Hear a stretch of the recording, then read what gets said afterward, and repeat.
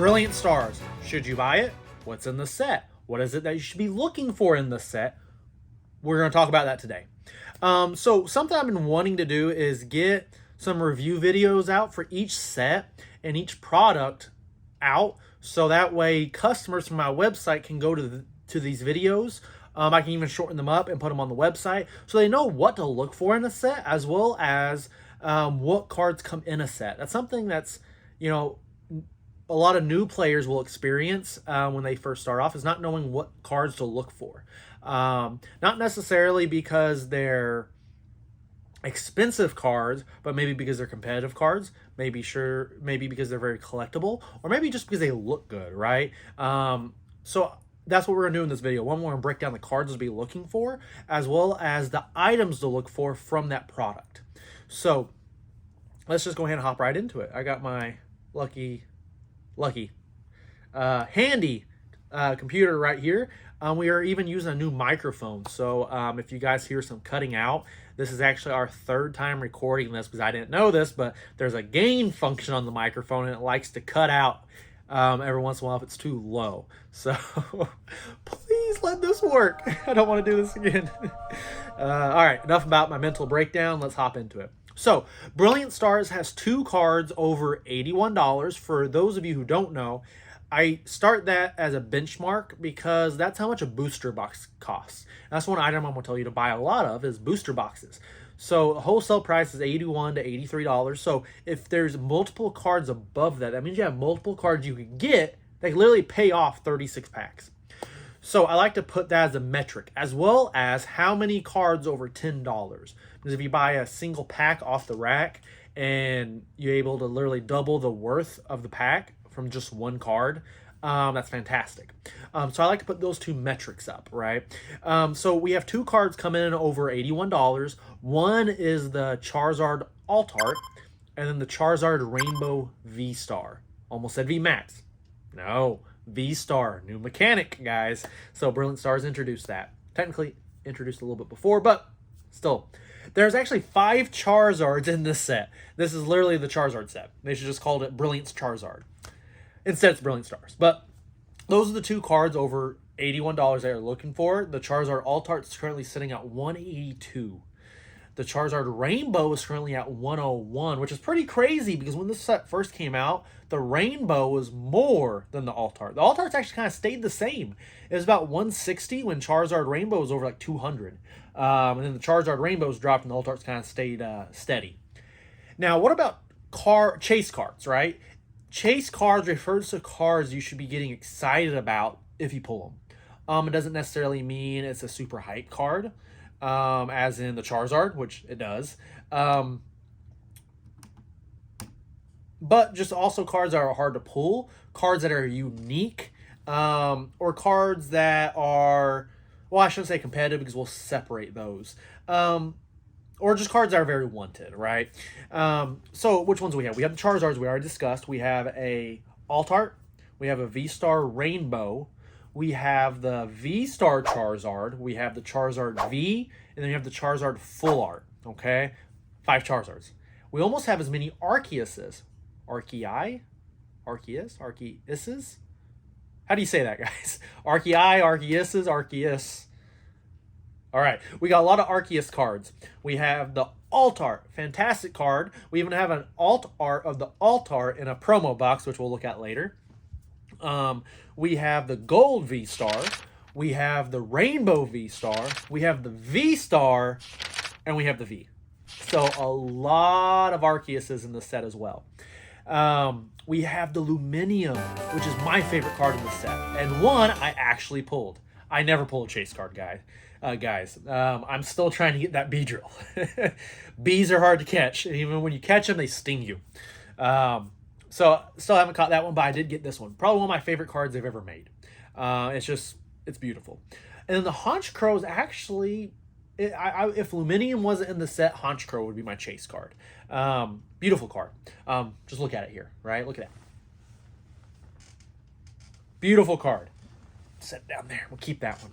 And then we also have a trainer gallery set in Brilliant Stars here that have the Umbreon V, V Max, and the Sylveon V and V Max in the trainer gallery. I did forget to mention that. Trainer gallery essentially means you have another subset of rare cards you can pull from. So essentially doubling the pull rates of a set. Essentially, the math's not exact on that. Now, what competitive cards should you be looking to get? One's the Arceus V-Star. This card's broken, okay? Not really. But that's why everyone was saying when it first came out, it's broken. It's pretty busted, though. So the V-Star has a new mechanic. It's a lot like the V-Max move, but it's more like an ability. It allows you to search for any 2 cards out of your deck and put them in your hand. It's pretty good.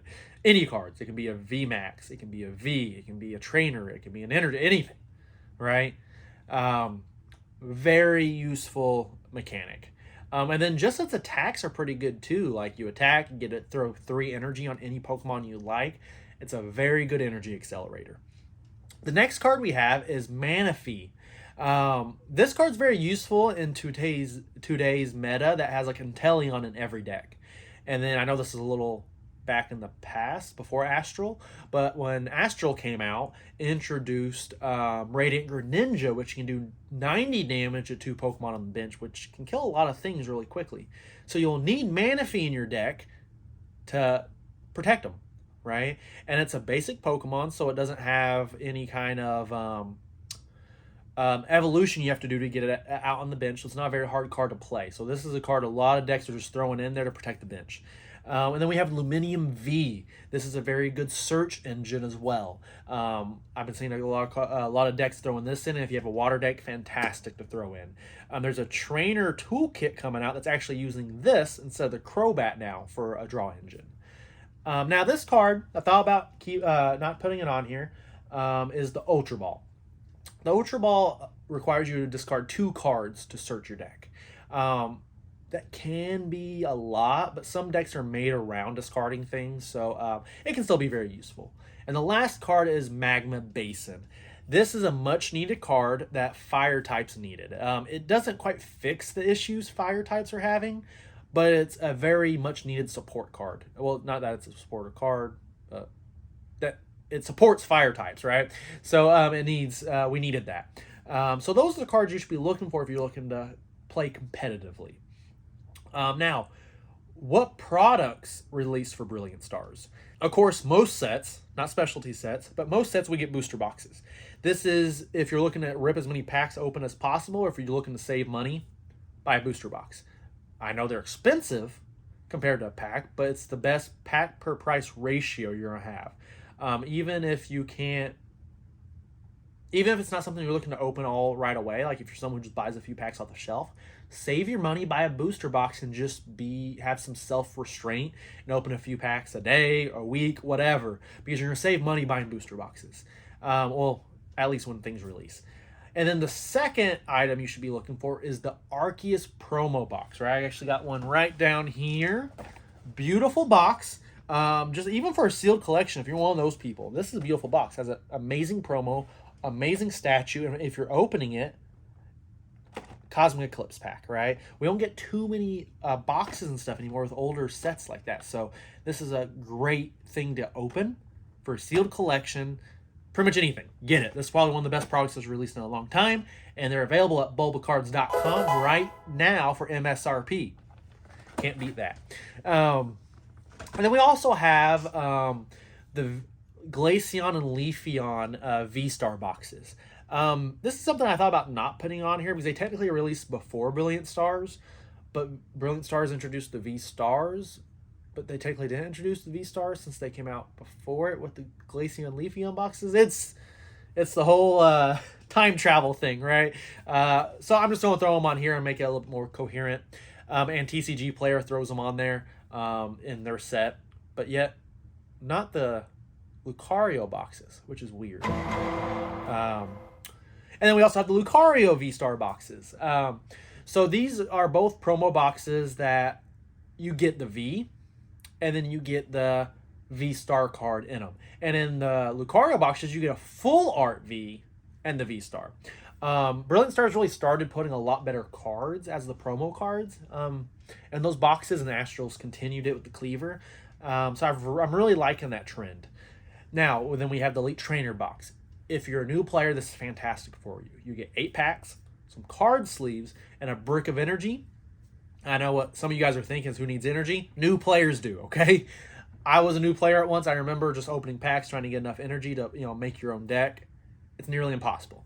The brick of energy really comes in handy for new players, so get the Elite Trainer Box new players. And then you also get some dice and some coin. For those of you who don't know, I don't have some right beside me, but the dice are actually damage counters. I didn't know that. I kept asking people, like, why do you need dice? And they're like, to keep track of your damage. Instead of using those little coins that add 10, 20, you just flip the dice. Amazing. At first, I thought they were the dumbest thing ever. Then I learned that. Awesome, right? Next are the pre-release boxes. These are the Build and Battle boxes, as well as the Build and Battle stadiums. You used to only be able to get these at like pre-release events at brick and mortar stores, but now Pokemon Center started selling them, and stores like me get them, and we usually have them quite a bit after release. But I still love it as a product. All right, it's a great item to get 2 of on a weekend, or just one Build and Battle stadium, and like sit down with someone you like to play with. Open up one each, build a custom deck, and battle each other. It's a good fun weekend. You can get a good 2 to 4 hours worth of fun out of it, so I highly recommend it. Next, we have the 3-pack blisters. These you get 3 packs out of this, and a holographic promo card. In this one, you get one of the Eevees. I can't think of it off the top of my head, but you get a exclusive holographic card.